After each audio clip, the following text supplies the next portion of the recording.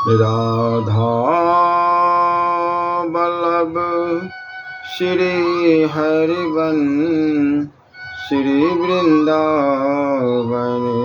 श्री वनचंद्र जय जय राधा वल्लभ श्री हरिवंश श्री वृंदावन श्री वनचंद्र। ओम श्री परमात्मने नमः। श्री गणेशाय नमः। सत्य और नित्य होकर लौकिक व्यवहार के भ्रम से परब्रह्म वस्तु को भूलकर तू अपना विनाश न कर। शरीर, पत्नी और पुत्रों को अपना मानकर तूने उनमें विश्वास कर रखा है। सो मैं पूछता हूँ, मरण काल में ये स्वयं तेरे साथ जाएंगे अथवा उस द्रव्य को तेरे साथ में भेजेंगे जिसको तूने बटोर बटोर कर कमाया है और संभाल कर रखा है, अथवा जो यातनाएं तुझे नरक में भोगनी पड़ेगी, उन यातनाओं से तुझे ये सब बचाएंगे क्या? सोच, तेरा जन्म होने से पहले तू कौन था और ये कौन थे? तेरे रहते ये जुदा नहीं होंगे। जब तेरा पुनः जन्म होगा तब फिर से आकर ये तेरी सहायता करेंगे क्या? ये दृश्य प्रपंच तो कुत्तियां के स्वप्न के समान है। यह शरीर तो बिजली जैसे दिखकर और पानी के ऊपर रहने वाले बुलबुलों के सरीखा क्षण भर में ही अदृश्य हो जाते हैं। तू सत्य, नित्य और अनंत स्वरूप होकर भी शरीर सुख के लिए जो प्रयत्न करता है, सो तो मानो पानी में उंगली डुबोकर चाटने के समान ही है। एकत्र हुए सब लोगों के चले जाने के बाद जैसे बाजार का अस्तित्व नहीं रहता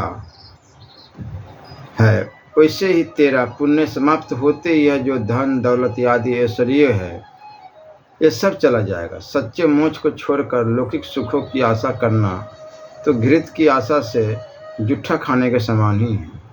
जैसे मधु की आशा से उस मधु से लिपटे हुए तीक्ष्ण खड्ग को चाट कर दुख का अनुभव करना पड़ता है, वैसे ही एक क्षण का रति सुख प्राप्त करने जाकर अपार दुख भोगना पड़ता है। यह जानकर सद्गुरु की शरण होने और लौकिक व्यवहार को छोड़कर तत्व ज्ञान को प्राप्त करके दुख रहित होकर उस परमानंद में लीन होने को छोड़कर तू बुरा मत बन। संसार ही दुखालय है, दुख ही यहाँ निवास करते हैं। किसी भी अवस्था में यहाँ सुख मिलेगा एक भ्रम ही है। यह इतना बड़ा भ्रम है कि संसार के सभी लोग इसमें भ्रांत हो रहे हैं। सुकुमार शिशु आनंद की मूर्ति, कवियों की कल्पना बालक के आनंद की बात करते थकते ही नहीं। वृद्ध पुरुष अपने बालक काल की चर्चा करते हुए गदगद हो उठते हैं। फिर लौट आता बचपन। कितनी लालसा भरी है इसमें। कोई बालक भी मिला है आपको जो बालक ही बना रहना चाहता हो? प्रत्येक बालक बड़ा होने को उत्सुक रहता है, क्योंकि वह बालक है। अपनी उत्सुकता छिपाए रहने की दंभपूर्ण कला उसे आती नहीं। यदि शिशुता में सुख है, बालक क्यों अपनी शिशुता में संतुष्ट नहीं रहता? बालक का अज्ञान, लेकिन बालक में अज्ञान और असमर्था न हो तो वह बालक रहेगा।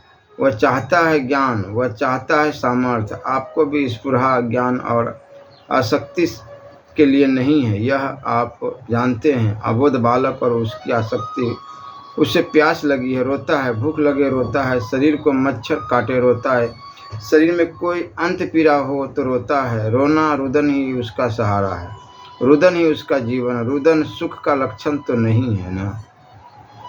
सुकुमार सच्ची त्वचा, मच्छर तो दूर, मक्खियाँ भी काटती है और उन्हें उड़ाया नहीं जा सकता। माता पता नहीं क्या क्या अटर सटर खा लेती है, उसका परिणाम शिशु भुगता है। उसके शरीर में पीड़ा होती है किंतु बता नहीं सकता। कितनी विवशता है, कौन ऐसी व्यवस्था चाहेगा? क्या हुआ जो शिशु कुछ बड़ा हो गया? उसका ज्ञान कितना, उसकी सभी आवश्यकताएं दूसरे पूरी करे, तो पूरी हो, उसका मन ललचाता है, वह मचलता है और अनेक बार इच्छा पूर्ति के स्थान पर घूर की या चपट पाता है। अज्ञान और अपराधीनता का नाम सुख तो नहीं है। बालक युवक हुआ, उत्साह, साहस और शरीर का स्तोत्र फूट पड़ा। उसमें युवक क्या सुखी है, युवा अवस्था क्या सुख की अवस्था है। कामनाओं का दावानल हृदय में प्रज्वलित हो गया, वासनाएं प्रदीप्त हो उठी। जहाँ काम है क्रोध होगा ही। वासना, असंतोष, अहंकार, क्रोध, युवावस्था इन सबको ले आती। चिंता, शर्म, शांति, निराशा, द्वेष, युवक इनसे कहाँ छूट पाता है। वासना तो संतुष्ट होना जानती ही नहीं, और असंतोष ही दुख का मूल है। यह कुछ स्पष्ट करने की बात नहीं है। युवक वृद्ध हो गया, अनुभव परिपक्व हो गए, ठोकरें खाकर उसके आचरण व्यवस्थित हो गए, सोच समझ कर कुछ करने की बात समझ में आ गई। अनुभव संपन्न, समादरणीय वृद्ध, तब क्या वार्धक्य में सुख है। कोई मूर्ख भी बुढ़ापे में सुख की बात नहीं करेगा। अनुभव क्या काम आवे। समझ आई पर उसका आना रहा किस काम का। करने की शक्ति तो रह नहीं गई, शरीर असमर्थ हो गया। रोगों ने घर कर लिया। देह में आँख, कान, नाक, दांत, हाथ, पर्यादी इंद्रियां जवाब देने लगी। अशक्ति, पीड़ा और चिंता को छोड़कर बुढ़ापे में और क्या है। शरीर को रोगों ने पीड़ित कर रखा है और मन अपनी असमर्थता से पीड़ित है। लोग तिरस्कार करते, चारों ओर दुख ही दुख तो है। शरीर का अंतिम परिणाम है मृत्यु। वह मृत्यु जिसका नाम ही दारुण है। मृत्यु की कल्पना ही कंपित कर देती है। जिस शरीर पर इतना ममतत्व, मृत्यु उसे छीनकर चिता पर जलने के लिए छोड़ देती है। जन्म और मृत्यु जीवन का प्रारंभ घोर दुख से हुआ और उसका प्रवास दुख में हुआ। रोता आया, रोता गया, जिसका आदि अंत दुख है। उसके मध्य में सुख कहाँ से आएगा। उसके मध्य में भी दुख ही दुख है। संसार कूप में पड़ा है प्राणी। भवकूप यह एक पौराणिक रूपक है और अनित्य है, सर्वथा परिपूर्ण। इस संसार के कूप में पड़ा हुआ प्राणी कूप भूकंप से भी अधिक अज्ञान के अंधकार से ग्रस्त हो रहा है। अहंता और ममता के घेरे में घिरा प्राणी समस्त चराचर में परिव्याप्त एक ही आत्म तत्व है। इस परम सत्य की बात स्वप्न में भी नहीं सोच पाता। कितना भयानक है यह संसार कूप, यह सूखा कुआं है। इस अंधकूप में जल का नाम नहीं है। इस दुख में संसार में जल रस कहाँ है। जल तो रस है, जीवन है, किंतु संसार में तो न सुख है और न जीवन है। यहाँ का सुख और जीवन एक मिथ्या भ्रम है। सुख से सर्वथा रहित है, संसार और मृत्यु से ग्रस्त है। मनुष्य इस रसहीन सूखे कुएं में गिर रहा है। काल रूपी हाथी के भय से भागकर वह कुएं के मुख पर उगी लताओं को पकड़ कर लटक गया है कुएं में, लेकिन कब तक लटका रहेगा वह। उसके दुर्बल बाहों कब तक देह का भार संभाले रहेंगे। कुएं के ऊपर मदांध गज उसकी प्रतीक्षा कर रहा। बाहर निकला और गज ने चीर कर कुचल दिया पैरों से। कुएं में ही गिर जाता, कूद जाता, किंतु वहां तो महाविषधर फन उठाए फुतकार कर रहा है। क्रोध सर्प प्रस्तुत ही है कि मनुष्य गिरे और उसके शरीर में पहने दंत तीक्ष्ण विष उगेल दे। अभागा मनुष्य वह देर तक लटका भी नहीं रह सकता। जिस लता को पकड़कर वह लटक रहा है, दो चूहे, काले और श्वेत रंग के दो चूहे उस लता को कुतरने में लगे हैं। वे उस लता को ही काट रहे हैं, लेकिन मूर्ख मानव को मुख फाड़े सिर पर और नीचे खड़ी मृत्यु दिखती कहाँ है। वह तो मग्न है लता में लगे शहद के छत्ते से जो मधु बिंदु सदा कदा टपक पड़ते हैं, उन शिकड़ों को चाट लेने में वह अपने को कृतार्थ मान रहा है। यह न रूपक है न कहानी है, यह तो जीवन है। संसार के रसहीन अंधकूप में पड़े सभी प्राणी यही जीवन बिता रहे हैं। मृत्यु से चारों ओर से ग्रस्त यह जीवन काल रूपी कराल हाथी कुचल देने की प्रतीक्षा में है। इसे मौत रूपी सर्प अपना फन फैलाए पश्चित कहीं भी मनुष्य का मृत्यु से छुटकारा नहीं है। जीवन के दिन आयु की लता तो उसका सहारा है, कटती जा रही है। दिन और रात्रि रूपी सफ़ेद तथा काले चूहे उसे कुतर रहे हैं। क्षण क्षण आयु छीन हो रही है। इतने पर भी मनुष्य मोहांध हो रहा है, उसे मृत्यु दिखती नहीं। विषय सुख रूपी मधुकन जो सदा कदा उसे प्राण हो जाते हैं, उन्हीं में रम रहा है, उन्हीं को पाने की चिंता में व्यग्न है। वह खाटा मीठा देख के जिभिया भर देनी, तब लग जिंदा जानिए काया निपट कथी। चाह नहीं चिंता नहीं मनवावे परवाह, जाको कछु न चाहिए सो जग सहंसा। फिकीर कभी सभी को खा गया, फिकीर सभी का पीर। फिकीर की फांकी जो करे उसका नाम फकीर। पेट समाता अन्न ले देह समाता चीर, अधिक संग्रहणी ना बने उसका नाम फकीर। दीपक पर गिरकर पतंगा स्वयं ही जल जाता है। वह इस प्रतीक्षा में नहीं रहता कि दीपक मेरी तरफ लो बढ़ावे। हम किसी से कुछ कहे इससे पहले यह सोच ले कि हमने अपने अंदर वह ताकत पैदा कर ली है या नहीं। साथ ही साथ अगर हम कहना ही चाहते हैं तो सुनने की भी शक्ति रखनी चाहिए। नारी को है धर्म पिया को हुक्म बजावे, करी सेवा बहु भांति पिया को सोबत जगावे।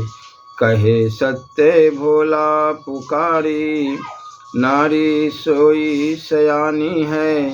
पिया को लई रिझाई पिया मन मानी है।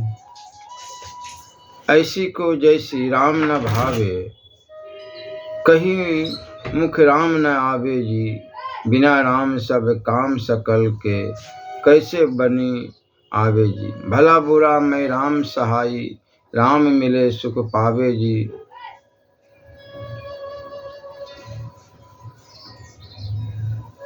तुम नाम जपन क्यों छोड़ दिया, क्रोध न छोड़ा झूठ न छोड़ा, सत्य वचन क्यों छोड़ दिया।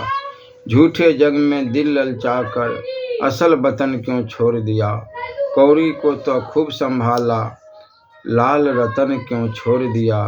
जिन सुमिरन से अति सुख पावे, तिन सुमिरन क्यों छोड़ दिया।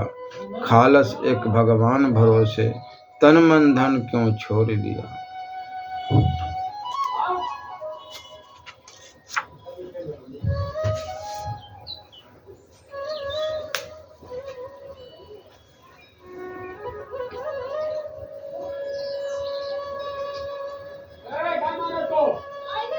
संसार में जितना भी काम करो, लौकिक व परलोक, सब नियम बद्ध होकर करो, क्योंकि नियम से मन अपने आप बनता है। नेम जगावे प्रेम को, प्रेम जगावे जीव, जीव जगावे सुरती को, सुरती मिलावे पीव। जैसे प्रेम के साथ भजन करने की आवश्यकता होती है, वैसे नियम पालन करने की भी भारी आवश्यकता है।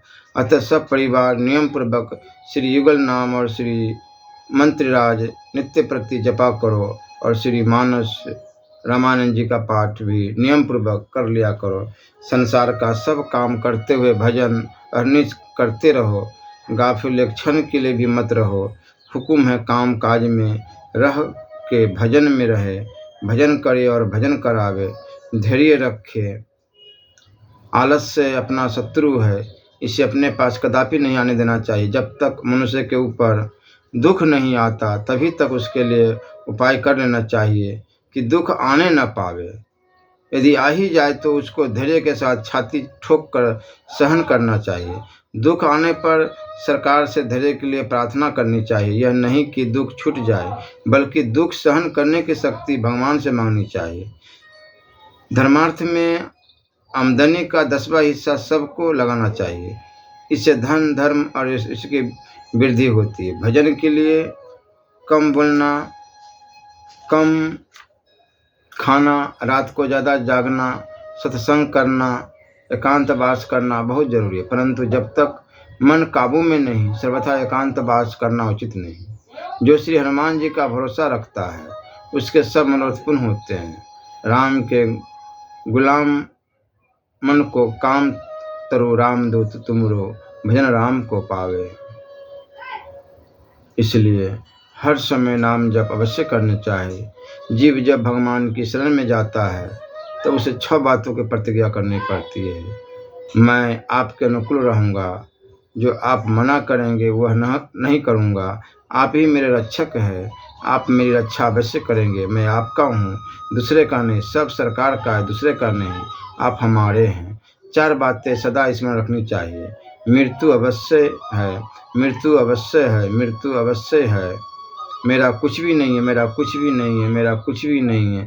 केवल पेट भर का ठिकाना है, केवल पेट भर का ठिकाना है।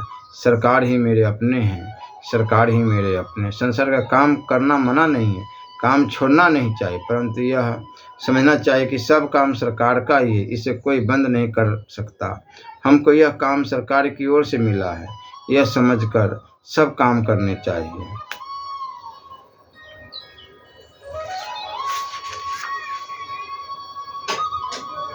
मन कर्म वचन नाम रुचि जेहि, सोई नामी को सत्य सनेहि। मन कर्म वचन राम को नेमी, चिन्हिए तब नामी पद प्रेमी। नामी रूप प्रेम फुरताही, मन कर्म वचन नाम रुचि जाहि। बिलहल प्रेमी राम जब देहि, सुधि बुद्धि तबे को नहीं रही। श्री राधा वल्लभ लाल की जय।